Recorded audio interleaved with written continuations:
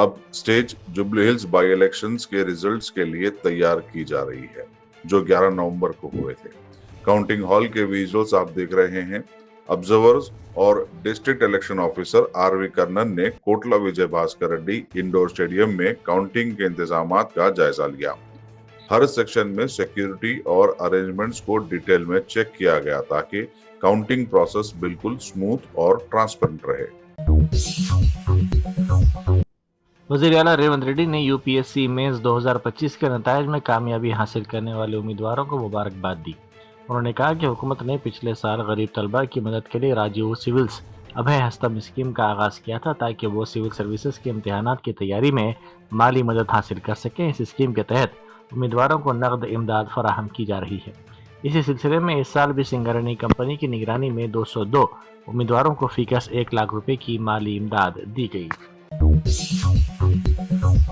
Jubilee Hills assembly حلقے کے ضمنی انتخاب کی ووٹوں کی گنتی کے لیے انتظامات مکمل کر لیے گئے ہیں۔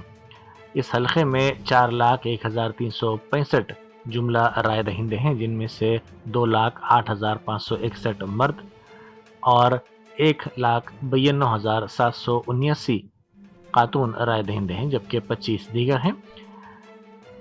99,771 مردوں، 94,855 خواتین اور 5 دیگر نے ووٹوں کا استعمال کیا۔ رائے دہی کا فیصد 48.49 دیکھا گیا۔ ووٹوں کی گنتی کے لیے 42 ٹیبل لگائے جائیں گے اور 10 راؤنڈز میں ووٹوں کی گنتی ہوگی۔ ووٹوں کی گنتی کا آغاز صبح 8 بجے سے ہوگا۔ بھونگیر میں مدر ڈیری کے سامنے دودھ کے کین ہاتھوں میں لیے کسانوں نے سڑک پر دھرنا دیا۔ کسانوں کا کہنا ہے کہ ان کے بقیہ بل ابھی تک ادا نہیں کیے گئے۔ اس احتجاج کے باعث علاقے میں شدید ٹریفک جام ہو گیا۔ ویراولی گاؤں کے کسانوں کے مطابق صرف ان کے گاؤں کے 120 افراد کے تقریباً 24 لاکھ روپے کے بل زیر التوا ہیں۔ جوبلی ہلز کے ضمنی انتخاب میں رقم لے کر ووٹ نہ ڈالنے والوں کی نشاندہی کر کے رقم واپس دلوانے کی مہم میں بتایا جاتا ہے کہ کانگریس سرگرم ہے۔ حلقے میں پولنگ ٹرن آؤٹ انتہائی کم رہا اور ریکارڈ کے مطابق 50% ووٹنگ بھی پوری نہ ہو سکی، جس سے سخت عدم اطمینان پھیل گیا ہے۔ ایک گھر میں 18 افراد نے رقم لے کر صرف 8 ووٹ ڈالے۔ اسی طرح کئی اپارٹمنٹس میں رہنے والے باہر نہیں آئے اور تقریباً نصف سے زائد اہل رائے دہندگان نے ووٹ نہیں ڈالا۔ اس بات کا اندازہ بوتھ ایجنٹس نے لگایا۔ ریاست میں سردی کی شدت میں مزید اضافہ ہو گیا ہے۔ جمعرات کی صبح آصف آباد ضلع کے سرپور میں اقلیترین درجہ حرارت 7.1 ڈگری سیلسیس درج کیا گیا ہے، جبکہ تریانی منڈل میں 8.2 ڈگری سیلسیس ریکارڈ کیا گیا ہے۔ اسی طرح شہر کے راجندر نگر میں 12.9 ڈگری سیلسیس، ماریٹ پلی میں 13.6 ڈگری سیلسیس درجہ حرارت ریکارڈ کیا گیا ہے۔ شہر کے مضافاتی علاقے ابراہیم پٹنم میں صبح 6 بجے 11.5 ڈگری سیلسیس درجہ حرارت ریکارڈ کیا گیا۔ صدر جمہوریہ اور نائب صدر جمہوریہ کے دورہ حیدرآباد کے پیش نظر ریاستی حکومت نے بڑے پیمانے پر انتظامات کی ہدایت دی ہے۔ چیف سیکرٹری راما کرشنا راؤ نے اس سلسلے میں اعلیٰ حکام کے ساتھ سکریٹریٹ میں اجلاس منعقد کیا اور تیاریوں کا جائزہ لیا۔ انہوں نے متعلقہ محکمہ جات کے عہدیداروں کو ہدایت دی کہ باہمی رابطہ برقرار رکھتے ہوئے محکمے کے لیے ایک نوڈل آفیسر مقرر کریں اور مقررہ قواعد کے مطابق تمام انتظامات کو مکمل کریں۔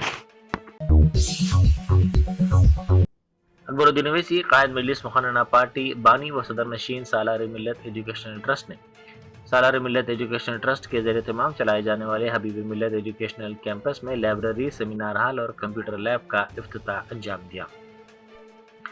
اس موقع پر قائد مجلس نے لائبریری، کمپیوٹر لیب اور سیمینار ہال کا تفصیلی معائنہ کیا اور ٹیچرز و طلباء کے ساتھ بات چیت کی۔ انہوں نے عرب قبائل کی نمائندہ شخصیتوں کے ساتھ مختلف مسائل پر بھی بات چیت کی اور تبادلہ خیال کیا۔ سڑک حادثات میں کمی لانے کے مقصد سے تلنگانہ حکومت نے ٹریفک قوانین کی خلاف ورزی کرنے والی گاڑیوں کے خلاف سخت کارروائی کے لیے جامع ایکشن پلان تیار کیا ہے۔ اس سلسلے میں وزیر ٹرانسپورٹ پونم پربھاکر نے سکریٹریٹ میں محکمہ ٹرانسپورٹ کے اعلیٰ عہدیداروں کے ساتھ جائزہ اجلاس منعقد کیا۔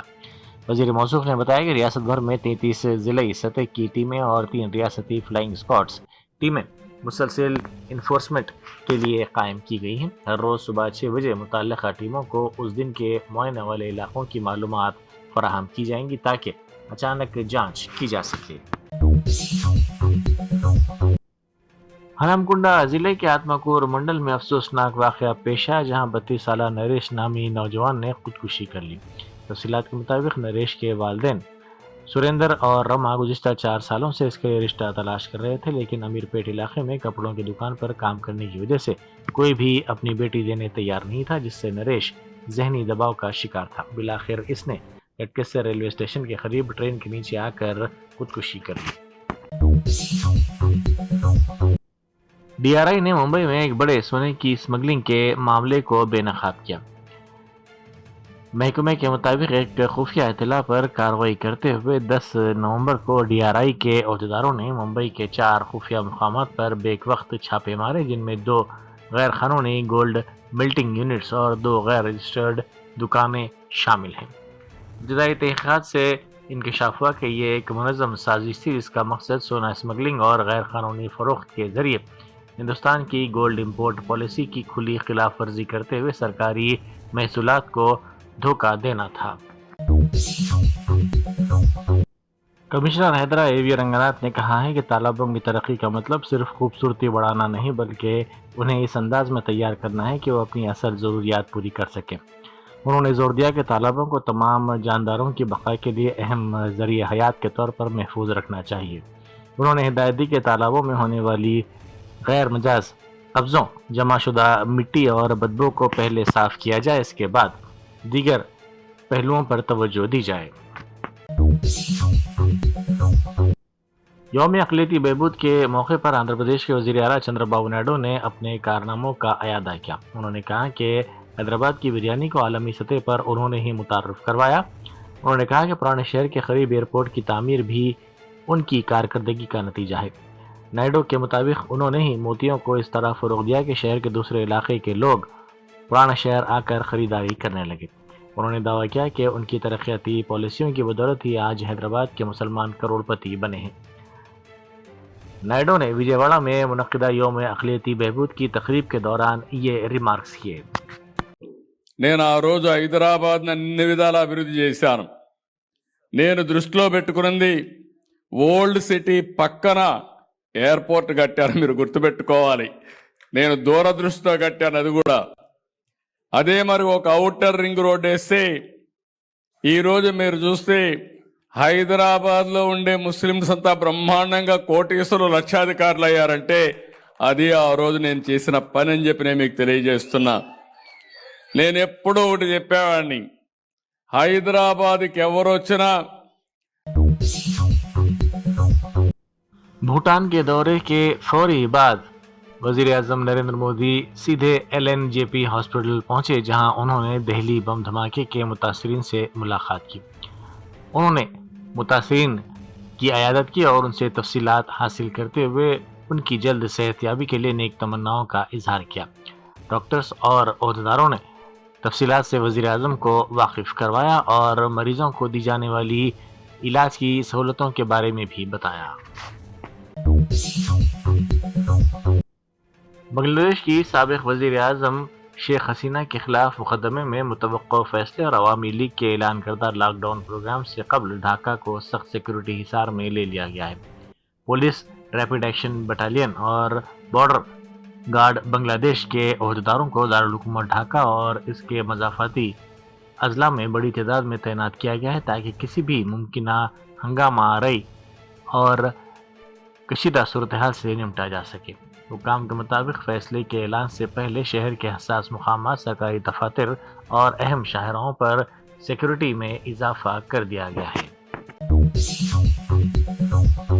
لال قلعے کے قریب ہوئے کار بم دھماکے پر آل انڈیا امام آرگنائزیشن کے چیف امام ڈاکٹر عمر احمد الیاسی نے گہرے دکھ کا اظہار کیا۔ انہوں نے اس واقعے پر شدید مذمت کی۔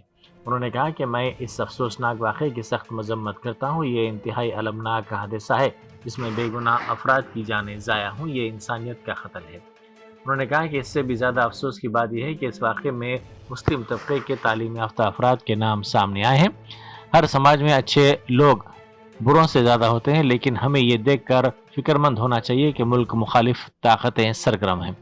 انہوں نے کہا کہ اسلام امن کا مذہب ہے اور یہ کسی کے قتل کی تعلیم نہیں دیتا۔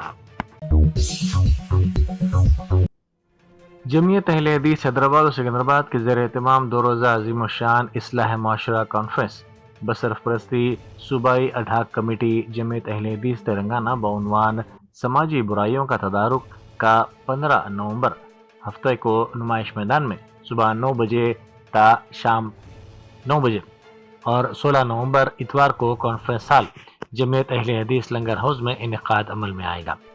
امیر جمعیت اہل حدیث حیدرآباد اور سکندرآباد شفیق عالم خان جامعی، ڈاکٹر سید آصف عمری نائب امیر جمعیت اہل حدیث حیدرآباد اور سکندرآباد، حافظ عبدالقیوم ابو الحسن پرتاپ گڑھی، محمد لیاقت علی، عبدالمعیز، امین بھائی اور دیگر نے 2 روزہ کانفرنس کے اغراض و مقاصد اور اہمیت و افادیت پر میڈیا سے بات چیت کی۔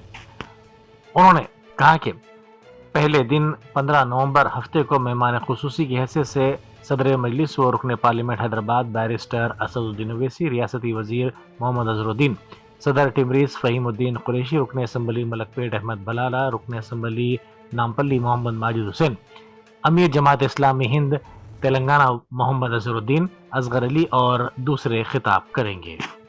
رحمۃ اللہ وبرکاتہ۔ معزز و محترم ناظرین، الحمدللہ جمعیت اہل حدیث حیدرآباد اور سکندرآباد کی جانب سے اصلاح معاشرہ کانفرنس سماجی برائیوں کا تدارک، انشاءاللہ یہ کانفرنس 15 نومبر اور 16 نومبر 2 دن منعقد ہونے جا رہی ہے۔ 15 نومبر کو یہ کانفرنس نمائش میدان نامپلی حیدرآباد میں منعقد ہوگی، جس کے اوقات صبح 9 بجے تا رات 10 بجے تک ہوں گے، اور اس کانفرنس کی صدارت فضیلت الشیخ اصغر علی امام مہدی امیر مرکز جمعیت اہل حدیث ہند انشاءاللہ فرمائیں گے، اور اس کانفرنس کے مہمان خصوصی حافظ عبدالقیوم صاحب اور جناب اسد الدین اویسی صاحب اور غیاث الدین رشادی صاحب، مفتی صادق محی الدین صاحب اور محمد اظہر الدین صاحب، اور اس کے علاوہ صوبائی جمعیت اہل حدیث اڈھاک کمیٹی کے کنوینر جناب صالح مہدی الیافی صاحب ہوں گے۔ اور اس کانفرنس میں ملک اور مختلف ریاستوں کے علماء اکرام انشاءاللہ تشریف لائیں گے، جن میں خصوصاً خورشید عالم مدنی، دکتور عبداللطیف کندی، شیخ طہا سعید خالد مدنی، شیخ شمیم فوزی، شیخ ثناء اللہ مدنی، شیخ فاروق سعید مدنی، شیخ عبدالوکیل مدنی، شیخ ابو ہریرہ مدنی، شیخ قاضی وسیم مدنی اور عبدالرحیم صگری جامعی۔ ان علماء جرمنٹن super specialty hospital national award winner doctor Mir Jawad Zar Khan, German trained senior orthopaedic surgeon and director, ماہر ڈاکٹرز ڈاکٹر واصف اعظم اور doctor Bharavi Chanduri, senior cardiologist اور دیگر ڈاکٹرز نمایاں خدمات انجام دے رہے ہیں۔ Robotic surgery, advance cath lab, MRI، operation theatre, ICU، 2D ultrasound جیسی سہولیات سے آراستہ کارپوریٹ لیول ہاسپٹل، واجبی فیس میں ہر مرض سے شفا یابی کے لیے جرمنٹن سپر اسپیشلٹی ہاسپٹل، عطاپور۔